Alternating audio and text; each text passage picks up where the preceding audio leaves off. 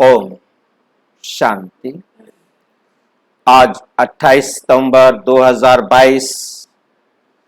आज की साकार मुरली रंगीन बड़े बड़े अक्षरों में पढ़ें, सुने और मंथन करें।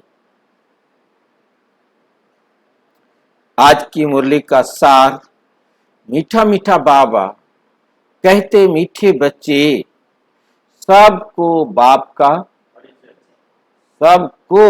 का परिचय दो, सुखदायी बनाओ। जिनको जिनको बाप का परिचय मिलता जाएगा वो क्या बनते जाएंगे? सुखदायी। क्यों?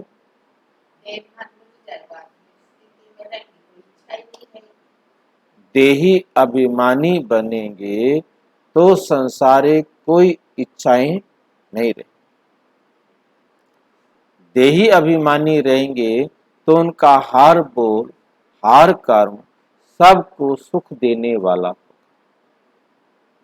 हर बोल हर कर्म सबको सुख देने वाला हो। देही अभिमानी बनो तो टाइम सफल होता रहेगा। समय क्या होगा? सफल होता रहेगा। समय सफल होना माना, सफल का मतलब क्या होता है? फल सहित। सफल माना फल सहित, मतलब आपका हर संकल्प, आपका हर बोल हर कर्म फल सहित होगा। उसका फल मिलेगा। फल तो सबका मिलता है। सफल का मतलब आएगा श्रेष्ठ फल। विफल होना, खराब हो जाना, व्यर्थ हो जाना, ठीक है कि नहीं? और दुष्फल होना होता है नुकसान पहुंचाने वाला। सफल, विफल और दुष्फल। विफल होता है व्यर्थ, ठीक है कि नहीं? तो हमें बहुत अच्छी तरह से समझना है। जैसे यहाँ शब्द दिया, विकर्मों से बचे रहेंगे। विफल, विकर्म, ठीक है कि नहीं?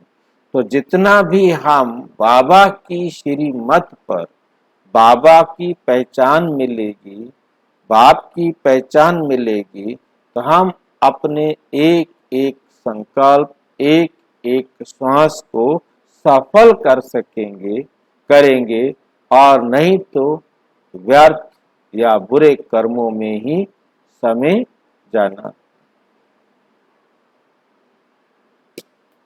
प्रश्न: जिन बच्चों की बुद्धि को माया ताला लगा देती है, उनके मुख से कौन से बोल निकलते हैं? जिन बच्चों की बुद्धि को माया ताला लगा देती है, उनके मुख से कौन से बोल निकलते हैं?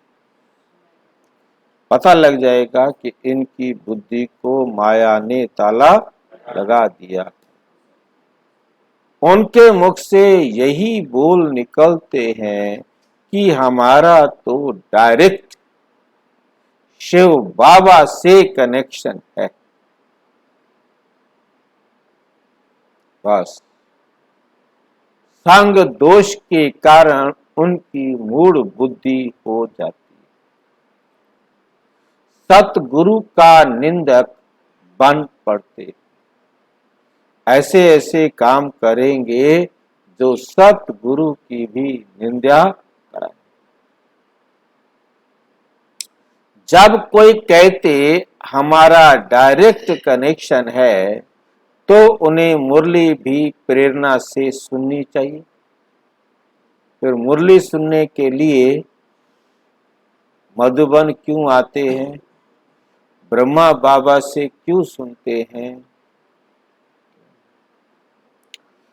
ऐसे निंदक बच्चे छोड़ नहीं पाते, उनकी बुद्धि को माया का ताला लग जाता है। वो मुरली तो ब्रह्मा कुमारी सेंटर से लेंगे, परंतु उसकी व्याख्या अपने ही तरीके से करें। जिससे वो ये प्रूव करेंगे कि ब्रह्मा कुमारी ठीक नहीं है और हम ठीक है। इस समय भी ब्रह्मा कुमारी के ज्ञान को बिगाड़ कर देने वाले बहुत सारे भाई बहन आ गए। वो अपने आप को सिद्ध कर रहे हैं, वो ब्रह्मा कुमारी की निंदा करते, उनका भी पाठ। उनकी बुद्धि को क्या लग जाता है? ताला। अब वो बाबा की श्री मत पर नहीं चल सकते। ओम शांति। अभी तुम बच्चे आत्म अभिमानी बने हो। बाबा ने तुम्हें क्या बनाया है? देही अभिमानी बनाया है। जितना देही अभिमानी बनेंगे, बाप को अच्छी रीति याद करेंगे, तो विकर्माजीत बनेंगे। देह अभिमानी बनने से विकर्म भस्म नहीं होंगे, विकर्म भस्म नहीं होंगे और ही जास्ती विकर्म होते रहेंगे। फिर नतीजा क्या होगा? एक तो सजा खानी पड़ेगी और पद भी भ्रष्ट हो जाएगा। बाबा से कोई भी पूछ सकते हैं कि बाबा अगर इस समय हमारा शरीर छूट जाए, बाबा इस समय हमारा शरीर छूट जाए तो भविष्य में हम किस गति को पाएंगे? किस गति को पाएंगे? मौत तो सामने खड़ा है, मौत तो सामने खड़ा है। ब्राह्मण कुलभूषण को तो बिल्कुल हरास दुख नहीं आना चाहिए। जो ब्राह्मण कुलभूषण है, कुछ भी हो उन्हें दुख नहीं आना चाहिए। उनको कहा जाता है महावीर, उनको कहा जाता है महावीर। शास्त्रों में तो स्थूल रूप में बातें ले गए हैं, शास्त्रों में तो स्थूल रूप में बातें ले गए हैं, ये तो ज्ञान की बातें हैं। तुम बच्चे जानते हो, निराकार शिव बाबा ने आत्मा की भी पूरी पहचान दी है, आत्मा की भी पूरी पहचान दी है कि तुम्हारी आत्मा में क्या क्या पार्ट नूंधा हुआ है, क्या क्या पार्ट नूंधा हुआ है। बाप ही बैठ समझाते हैं, मनुष्य तो देही अभिमानी है। नहीं, मनुष्य तो देही अभिमानी है नहीं, देही के बाप को ही नहीं जानते, क्योंकि वे आत्मा के बाप को जानते ही नहीं। बिना आत्मा के बाप के वो अपने को आत्मा समझ ही नहीं समझ सकते। देही के बाप को नहीं जानते यथार्थ रीति से, इसलिए इसको घोर अंधियारा कहा जाता है। सारे कहते तो हैं कि परमात्मा पिता है, परंतु परमात्मा पिता को जानते। सतयुग को घोर सोजरा कहा जाता है। आत्माएं सब काली हैं, अर्थात ब्लैक आउट है। ब्लैक आउट क्या होता है, याद आता है किसको? ब्लैक आउट सुना है कभी? ब्लैक आउट देखा है धर्म सिंह भाई जी? ब्लैक आउट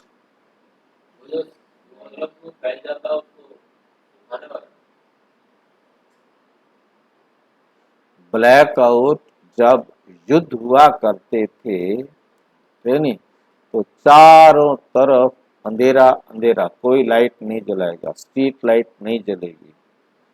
पहले क्योंकि हमारा सिस्टम सुरक्षा वाला बहुत कमजोर होता था कि पता नहीं पाकिस्तान वाले कोई जहाज युद्ध वाला इधर चले और वो बम गिरा दे। अब तो खैर नहीं आ सकते, परंतु पहले सिक्योरिटी सिस्टम इतना पावरफुल नहीं होता था, तो इसलिए ब्लैकआउट रखा जाता था। बस सब कोई रात शाम होते ही लाइट नहीं जलेगी। आत्माएं सब काली, चारों तरफ सब आत्माएं काली काली है, एक दो चार नहीं, बीच में मतलब कोई लाइट नहीं जल सकती, मोमबत्ती भी नहीं जलानी, दिया भी नहीं जलाना, लालटेन भी नहीं जलाना। हाँ, मतलब जहां दिखाई देगी वहां पर वो बम गिरा देंगे, इसलिए कोई भी कुछ नहीं करेगा। सतयुग में देवी देवता धर्म की आत्माएं रोशनी में थी। इस भारत में ही दीपमाला मनाई जाती है। तुम जानते हो यहाँ हमारी आत्मा घोर अंधियारे में है। और बाप कहाँ है? बाप कहाँ है? घोर सोजरे में ले जाते हैं। आत्माओं को कुछ पता नहीं कि हम कितने जन्म और कैसे लेते, हम कितने जन्म लेते हैं और कैसे लेते हैं, ये किसी को भी पता नहीं। अब तुम जान चुके हो बाप द्वारा, किसके द्वारा? बाप द्वारा हमको सृष्टि के आदि मध्य अंत का ज्ञान मिला है। दुनिया में कोई भी तुमको सृष्टि के आदि मध्य अंत की नॉलेज नहीं बता सकेंगे। वे तो ना आत्मा को और ना परमात्मा को जानते। वे ना तो आत्मा को जानते हैं और ना परम आत्मा को जानते हैं। बल कहते हैं कि मैं आत्मा हूं, बल कहते हैं कि मैं आत्मा हूं, परंतु मैं क्या हूं? आत्मा हूं के बाद क्या चाहिए? मैं क्या हूं? आत्मा तो हूं, आत्मा क्या होती है ये नहीं पता। ये तो बहुत कह देते हैं कि हम आत्मा हैं, परंतु आत्मा क्या चीज है ये पता कुछ भी नहीं जानते। भ्रिकुटी के बीच चमकता है सितारा, कहते हैं, परंतु सो क्या है वो सितारा? क्या है, कैसे चमकता है, कैसी लाइट है? क्योंकि उन्होंने दुनिया वाली लाइट देखी तो उसको भी दुनिया वाली लाइट की तरह समझ लिया। उनमें क्या पार्ट भरा हुआ है, कितने जन्म लेते हैं, ये ज्ञान कोई में भी नहीं। बाप आकर समझाते हैं, सेल्फ रियलाइजेशन कराते हैं। कोई से पूछो कि आत्मा का बाप कौन है, कोई कहेंगे श्री कृष्ण, कोई कहेंगे महावीर। हम आत्मा हैं, हमारा बाप निराकार शिव है। एक भी ऐसे कह ना सके, ना तो रचयिता ना रचना के आदि मध्य अंत को जानते, इसलिए उनको नास्तिक कहा जाता, इसलिए उनको नास्तिक कहा जाता है। बाप कहते हैं तुम नास्तिक शूद्र थे, अब ब्राह्मण आस्तिक बने हो। बाप परिचय देते हैं कि मैं क्या पार्ट बजाता हूं, मैं क्या पार्ट बजाता हूं। कोई भी बाप का परिचय दे ना सके, कोई भी बाप का परिचय दे नहीं सकता। बाप का पार्ट क्या है? समझा ना सके। तुम भी नंबरवार समझते हो। देही अभिमानी होने कारण अवस्था अच्छी रहती है। देह अभिमान में आकर फिर झार मुई झग मुई करने लग पड़ते। फिर क्या करते हैं?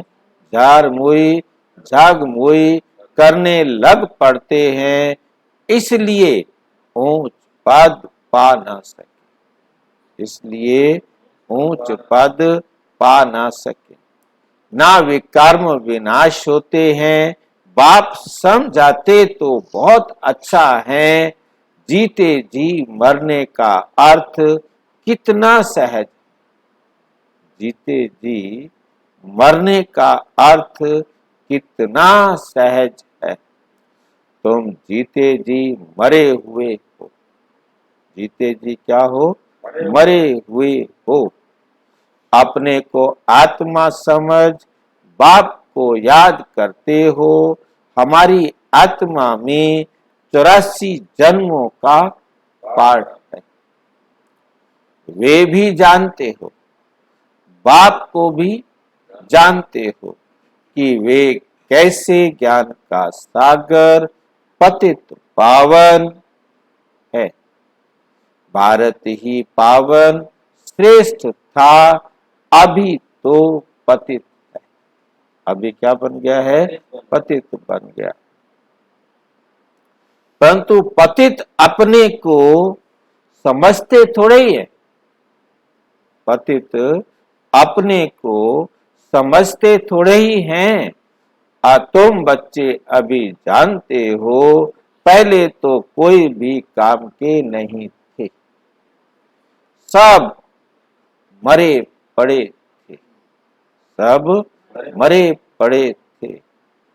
सब कब्रिस्तान बना हुआ है। अब फिर परिस्तान के मालिक बन रहे हो। अब क्या बन रहे हो? परिस्तान के मालिक। कब्रिस्तान और परिस्तान क्या अंतर है? हाँ जी, कब्रिस्तान और परिस्तान में अंतर करना हो तो क्या कब्रिस्तान में मुर्दे रहेंगे और परिस्तान में परिया रहेंगे। कब्रिस्तान स्थान का मतलब स्थान होता है, परियों के रहने का स्थान, और कब्र मुर्दों का रहने का स्थान। क्योंकि अब सभी अपने आप को देह समझते हैं, आत्मा नहीं समझते। तो ये देह जो है ये है कब्र, है नहीं, कब्रिस्तान। क्योंकि आत्मा इसमें दफन है, इसलिए इस देह को क्या कहेंगे? कब्र, कब्रिस्तान हो गया। सब एक दो को दुख देते ही रहते हैं। बाप कहते हैं कि अभी तुम सबको परिचय दे सुखदायी बनाओ। सबको बाप का परिचय दो, सुखदायी बनाओ। देही अभिमानी ना होने कारण टाइम वेस्ट करते रहते हैं। घड़ी घड़ी देह अभिमान आ जाता है।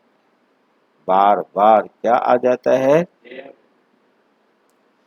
तुम बच्चों को कब हरास दुख नहीं होना चाहिए। कुछ भी बात हो, तुम्हें दुख नहीं होना चाहिए। कोई कोई तो रास में आ जाते हैं। कोई समझते हैं बाबा राम राज्य की स्थापना कर रहे हैं। राम राज्य, रावण राज्य का विनाश होना है। इसमें कोई डरने की बात नहीं है। हाँ, मकान आदि खाली करते हैं, कराते हैं तो करना पड़ता है। मकान आदि खाली कराते हैं तो करना पड़ता है। कौन सा मकान? ये शरीर रूपी मकान कोई खाली कराते हैं तो करना पड़ता है। बाबा की याद में शरीर भी छूट जाए तो अच्छा है, तो अच्छा है, सदैव तैयार रहना चाहिए। माया का वार अच्छे अच्छे बच्चों पर भी हो जाता है। कोई तो ऐसे मूर्ख बन जाते हैं, कहते हैं कि हमारा तो डायरेक्ट शिव बाबा से कनेक्शन, हमारा तो डायरेक्ट शिव बाबा से कनेक्शन है, परंतु ब्रह्मा के आगे तो जरूर आना पड़ेगा ना। अच्छा, घर में भी जाकर बैठ जाओ, फिर यहाँ क्यों आए हो ब्रह्मा बाबा? आपका डायरेक्ट कनेक्शन है तो घर बैठ जाओ, फिर मुरली कैसे सुनेंगे, क्या करेंगे? कहते ये ब्रह्मा भी पुरुषार्थी है, हम भी पुरुषार्थी हैं, पढ़ते तो सब शिव बाबा से हैं, परंतु ब्रह्मा पास आएंगे तब तो सुनेंगे। शिव बाबा बिना ब्रह्मा बाबा के कैसे सुनाएंगे? प्रेरणा से सुनकर दिखाओ। फिर ब्रह्मा को नहीं मानते हो तो प्रेरणा से पढ़कर सुनकर दिखाओ। तो फिर कभी कभी बाबा मुरली बंद भी कर देते हैं। ब्रह्मा से जन्म लिया और मर गया, फिर खत्म। उनको रेगुलर तो आते नहीं, फिर वो कभी मुरली सुनी कभी नहीं। वर्षा कैसे पाएंगे? ऐसे भी मंद बुद्धि बहुत संग दोष में खराब हो जाते हैं, फिर बताओ उनकी क्या गति? फिर बताओ उनकी क्या गति होगी? सतगुरु का निंदक बने तो ऊंच ठोर पा नहीं सकेंगे। सतगुरु के निंदक बने तो ऊंच ठोर पा नहीं सकेंगे। गुरु ब्रह्मा कहते हैं ना, गुरु विष्णु गुरु शंकर नहीं कहेंगे। गुरु ब्रह्मा कहते हैं वो श्लोक में, तो गुरुर ब्रह्मा गुरुर विष्णु गुरुर देवो महेश्वरा, परंतु बाबा कहते गुरु ब्रह्मा कहते हैं ना, गुरु विष्णु गुरु शंकर नहीं कहेंगे। क्यों नहीं कहेंगे? कहते हैं, फिर क्यों नहीं कहेंगे? बाबा कहते हैं। हाँ, सिखाने वाला तो ब्रह्मा के तन में आता है ना, वो विष्णु तो प्रारब्ध है। मॉडल तो तीनों एक ही आत्मा तीनों पार्ट में जाती है ना। संगम पर तीनों रोल एक ही आत्मा के हैं। फिर ब्रह्मा को कहा गुरु, विष्णु और शंकर को बाबा कहते नहीं कह सकते। वो कहते हैं परंतु बाबा कहते कह नहीं सकते। तो ये बात समझने, तो विष्णु शंकर को क्यों नहीं कहेंगे?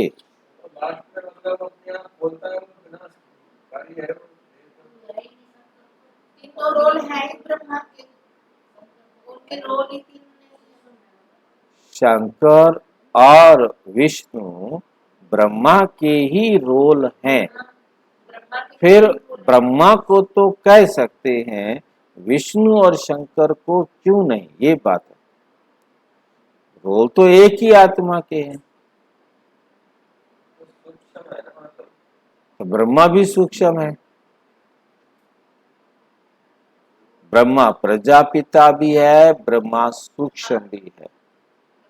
जो ब्रह्मा प्रजापिता ब्रह्मा है वह गुरु बन सकता है, क्योंकि वो ज्ञान सुनाने के निमित्त बनता है। उनके शरीर का आधार लेकर बाबा सुनाते हैं तो ब्रह्मा भी सुनाते हैं, ठीक है क्या नहीं। परंतु जो सूक्ष्म ब्रह्मा, सूक्ष्म विष्णु, सूक्ष्म शंकर है, वो तो सूक्ष्म वतन में रहने वाले हैं, वो तो साकार में आते नहीं। जब वो साकार में आए तभी तो ज्ञान सुनाए। साकार में तीनों एक प्रजापिता ब्रह्मा के रूप में ही आते हैं।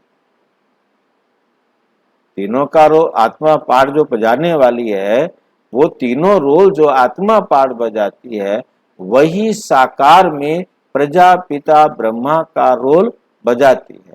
शंकर और विष्णु यहाँ साकार रूप में कोई पार्ट नहीं बजाते, किसी को ज्ञान नहीं देते,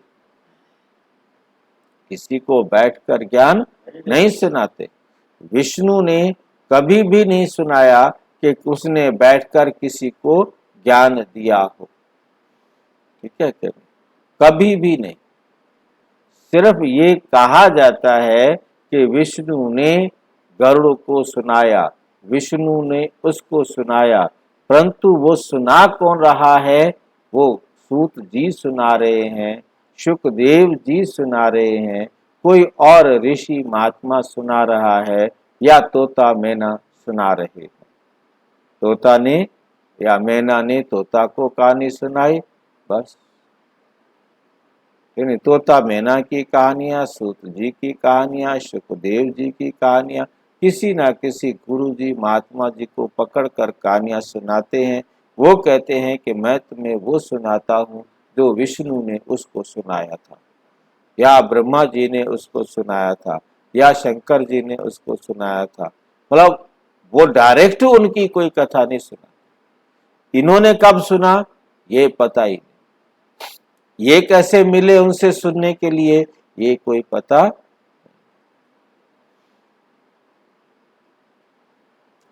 विष्णु गुरु शंकर नहीं कहेंगे, गुरु सिर्फ ब्रह्मा ही है। तुम भी माता गुरु बनती हो, जो टीचर हैं वो माता गुरु बनती हैं। सतगुरु द्वारा बनी हो ना, किसने टीचर बनाया? सतगुरु ने बनाया ना, कि ना कि कल योगी गुरुओं द्वारा बनी हो। तुम ब्राह्मण ब्राह्मणिया बनी हो, तुम्हारी है रूहानी यात्रा। रूहानी यात्रा माना आत्मा का सुधार करने वाली मेहनत है। माया किसकी बुद्धि को ताला लगा देती है तो फिर उल्टा सुल्टा बोलते रहते हैं, वेस्ट ऑफ टाइम करते हैं। अच्छा मीठे मीठे सिक्की लदे बच्चों प्रति माता पिता बाप दादा का याद प्यार और गुड मॉर्निंग।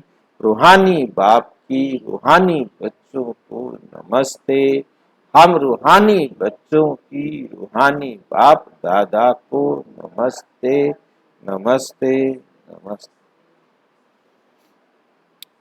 बाप दादा के हस्तलिखित पत्रों की कॉपी।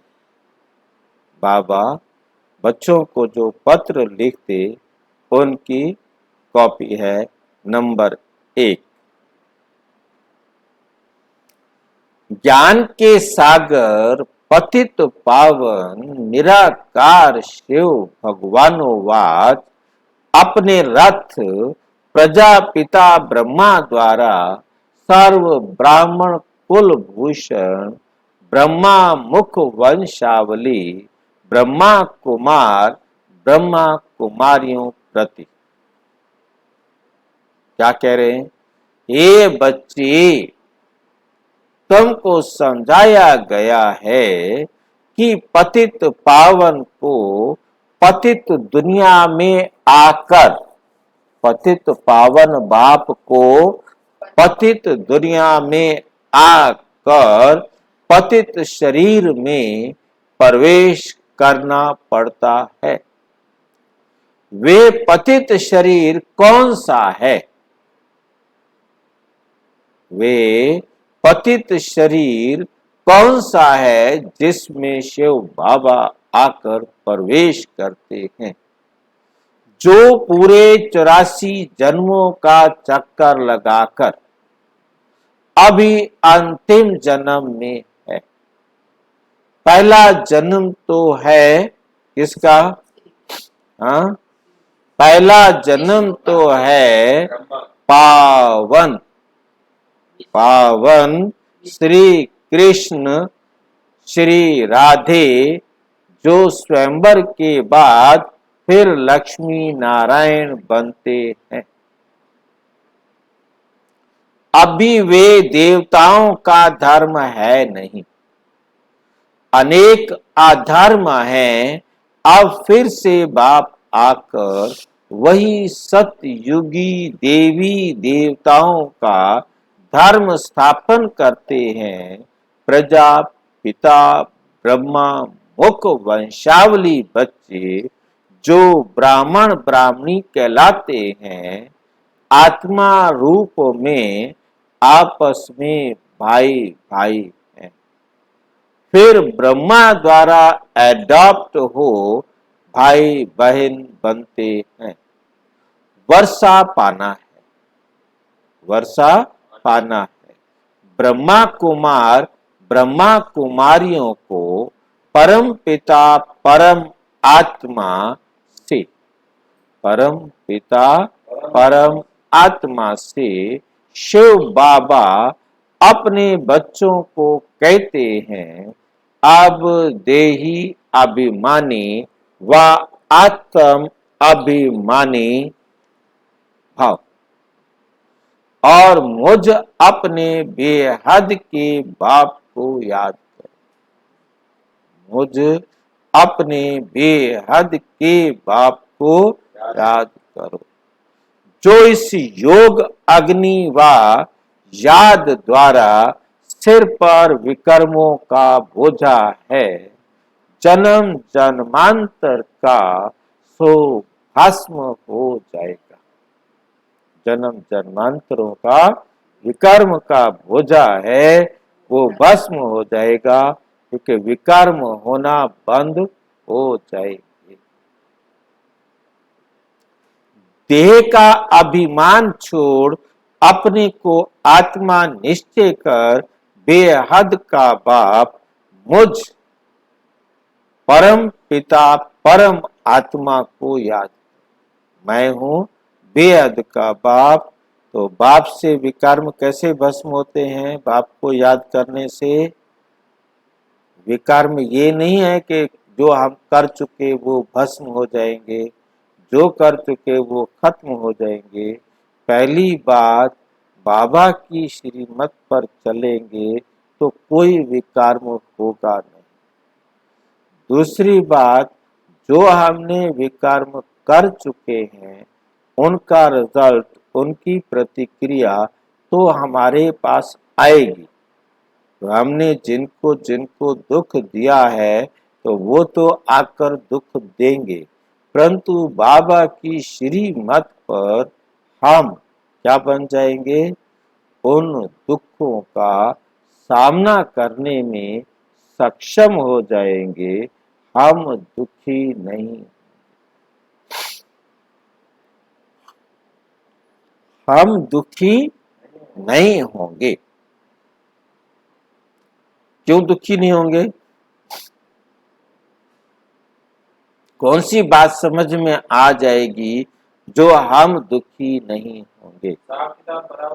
क्योंकि जो कुछ भी जो दे रहा है वो हमारा हिसाब किताब है, वो हमारा हिसाब किताब है। तो कर्मों का हिसाब किताब तो हमको बराबर करना ही करना है।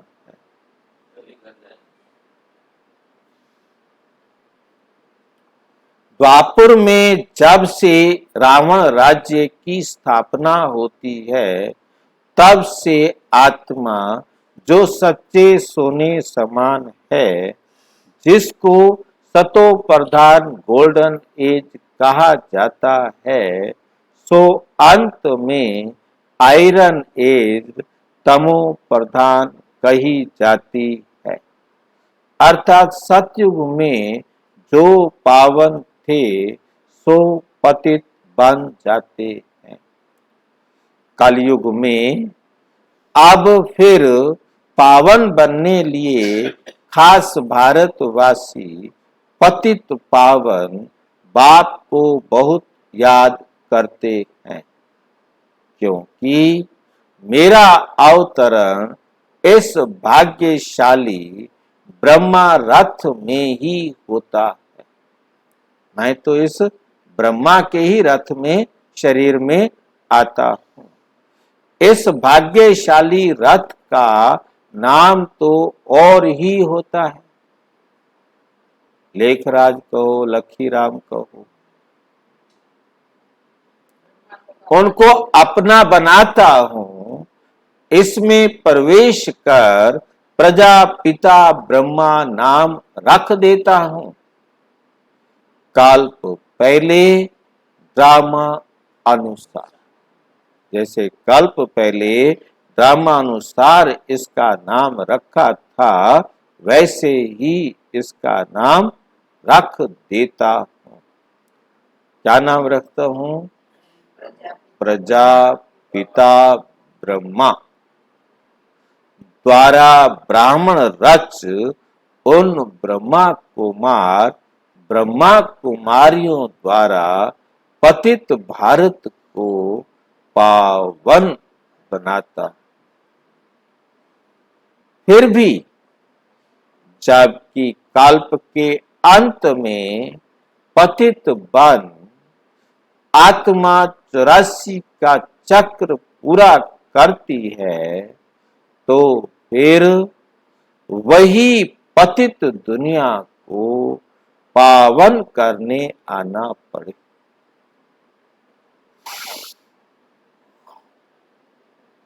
कल्प कल्प अर्थात हर 5000 वर्ष बाद मुझ सर्व के परम पिता परम आत्मा को याद करते हैं।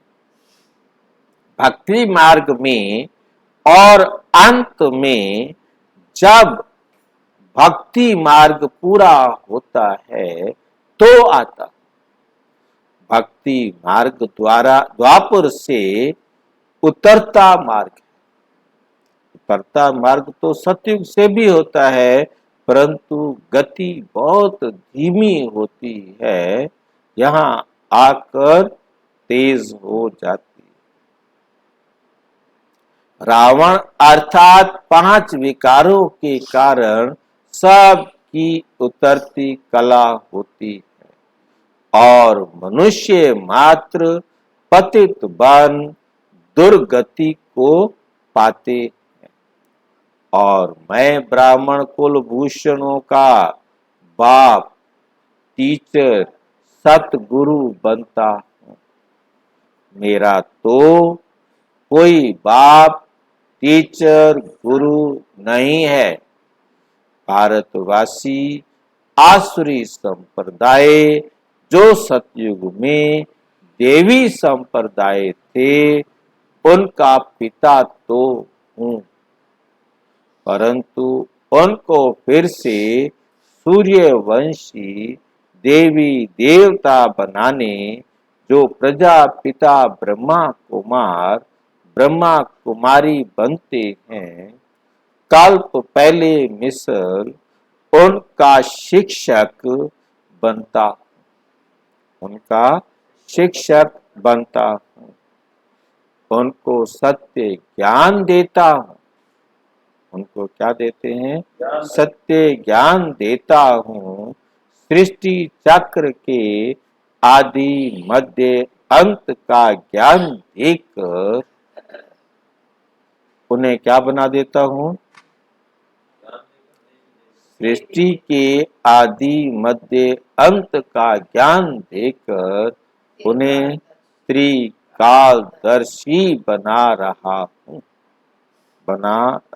हूं, ताकि नंबरवार पुरुषार्थ अनुसार कल्प पहले माफिक चक्रवर्ती सूर्यवंशी देवी स्वराज्य फिर से स्थापन हो।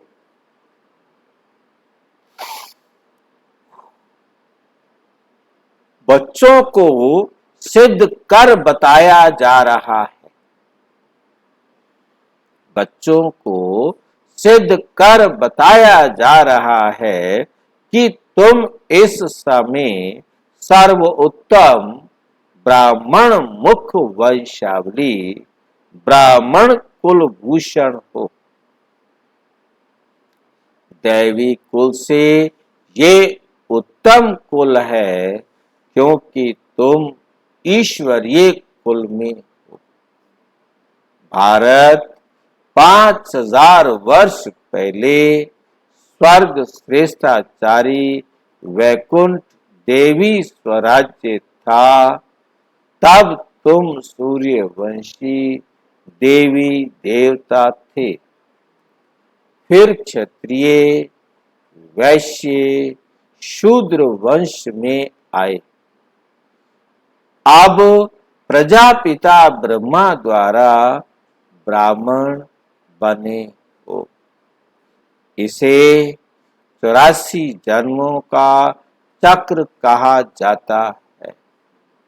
सब तो 84 जन्म नहीं लेते, सब तो 84 जन्म नहीं लेते हैं। पीछे पीछे अनेक धर्म द्वापुर से मठ पंथ स्थापन करते होते आए, मठ पंथ स्थापन होते आए हैं और सृष्टि वृद्धि को पाती आई है। वास्तव में प्रजापिता ब्रह्मा मनुष्य सृष्टि झाड़ का फाउंडेशन है, मनुष्य सृष्टि झाड़ का फाउंडेशन है, जिसको कल्प वृक्ष कहा जाता है। इसको क्या कहा जाता है? कल्प वृक्ष कहा जाता है। गोया शिव बाबा मनुष्य मात्र का बाबा पिता है। गोया शिव बाबा मनुष्य मात्र का बाबा पिता है और Brahma great great grand father,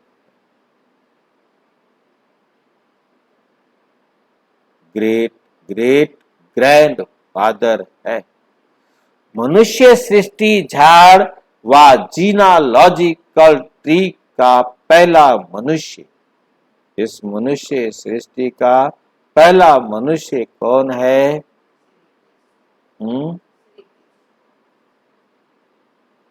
आदम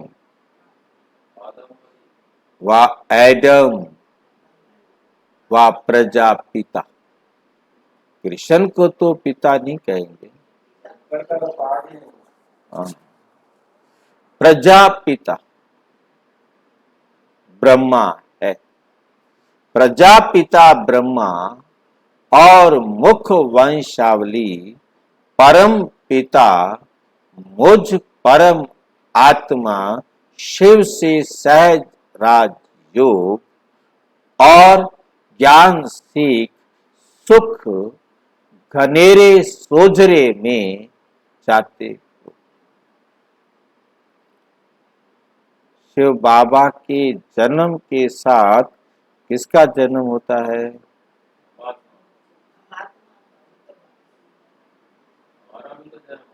हमारा भी जन्म होता है। शिव बाबा आते हैं तो संगम शुरू होता है। शिव बाबा जब आते हैं तो बाबा ने कहा गीता जयंती होती है। गीता जयंती का मतलब कृष्ण की भी जयंती, गीता जयंती का मतलब कृष्ण की भी जयंती। कृष्ण स्थूल रूप में जन्म तब लेता है जब वो संपूर्ण पवित्र बन जाता। परंतु हमारा संगम युग का पहला जन्म उसी समय होता है जब हमने शिव बाबा को बाबा कहा। बाबा ने हमें बच्चे कहा, हमने शिव बाबा कहा, हमारा सतयुग शुरू। सतयुग हमारा शुरू, हीरा जन्म, डायमंड जन्म शुरू। तो बाबा ने ये मुरली में स्पष्ट किया हुआ है कि जन्म आपका पहला कौन सा है? जब डायमंड जन्म, जब शिव बाबा इसमें प्रवेश करते हैं, ब्रह्मा बाबा में सबको बैठ आदि मध्य अंत का राज सुनाते हैं, तो हमारा पहला जन्म डायमंड जन्म। तो सतयुग कहाँ से शुरू होता है? शिव बाबा के अवतरण के साथ ही सतयुग शुरू हो जाता है। अब कौन कितना इस बात को समझता है, कौन कितना पहली बार समझते थे?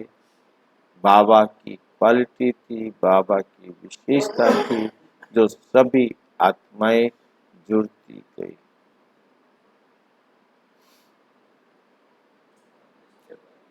ज्ञान सूर्य प्रगटा, ज्ञान सूर्य भी पतित पावन परम पिता परम आत्मा को ही कहा जाता है। तुम ज्ञान सोजरे में हो और बाकी सब अज्ञान अंधेरे में।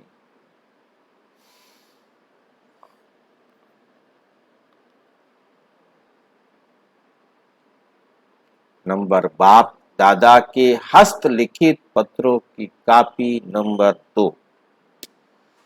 ज्ञान के सागर पतित पावन निराकार शिव भगवानोवाच अपने रथ प्रजापिता ब्रह्मा द्वारा सर्व ब्राह्मण कुल भूषण ब्रह्मा मुख वंशावली ब्रह्मा कुमार ब्रह्मा कुमारियों प्रति। बच्चों ने ज्ञान सुना और बाबा कहा तो वर्षा मिलना ही है। एक तो बाप को, दूसरा सृष्टि चक्र को याद करना है, और तो कोई तकलीफ नहीं। बाप जानते हैं कि बच्चों ने भक्ति मार्ग में बहुत धक्के खाए हैं, बहुत तकलीफें देखी हैं, तभी अभी और क्या तकलीफ बच्चों को देवे, अभी बच्चों को क्या तकलीफ देवे, बच्चों को देवे जितना भक्ति में मेहनत उतना यहाँ चुप रहना है, जितना योग में रहते रहेंगे उतना विकर्म विनाश होंगे।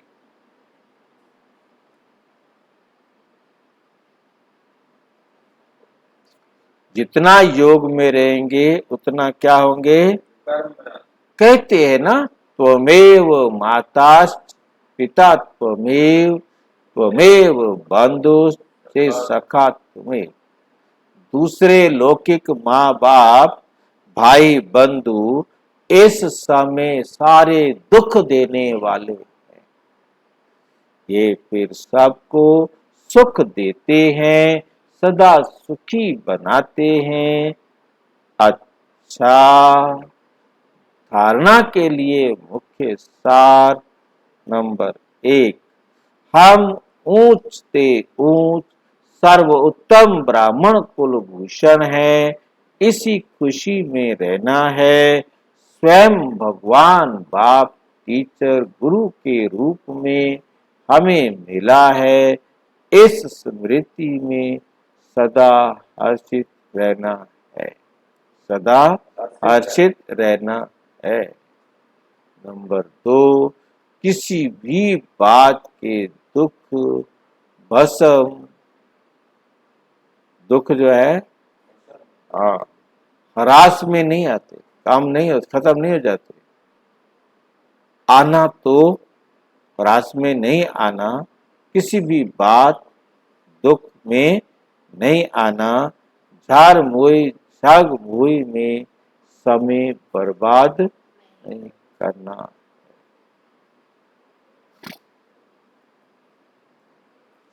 वरदान, विश्व कल्याणकारी बन अशांत आत्माओं को शांति का दान देने वाले मास्टर दाता भव। क्या देना है हमने? शांति का दान। दुनिया में हंगामा हो, झगड़े हो रहे हों, ऐसे अशांति के समय पर आप मास्टर शांति दाता बन अपने औरों के को भी शांति दो।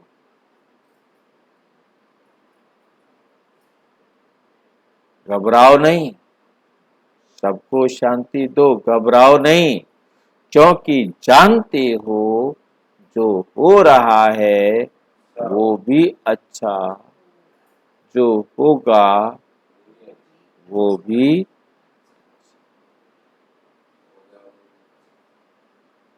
जो होना है वो और ही अच्छा। विकारों के वशीभूत मनुष्य तो लड़ते ही रहेंगे, उनका काम ही ये है, लेकिन आप विश्व कल्याणकारी आत्माएं सदा मटर का दाना बन क्या हो जाएगा? सदा मास्टर दाता बन शांति का दान देते रहना है। यही सेवा अपने को करनी है, यही आपकी क्या है? स्लोगन, अपनी सर्व प्राप्तियों को सामने रखो तो कमजोरियां सहज समाप्त हो जाएगी। सहज कमजोरियां क्या हो जाएंगी? समाप्त हो जाएगी। अच्छा, विस्तार से जानने के लिए प्रजापिता ब्रह्मा कुमारी ईश्वरीय विश्वविद्यालय के 140 देशों में किसी भी सेवा केंद्र पर संपर्क करें, और यदि कोई प्रश्न है तो 9213106986 पर केवल टेलीग्राम करें। 9650692270 पर केवल व्हाट्सएप करें, फोन नहीं। ओम शांति।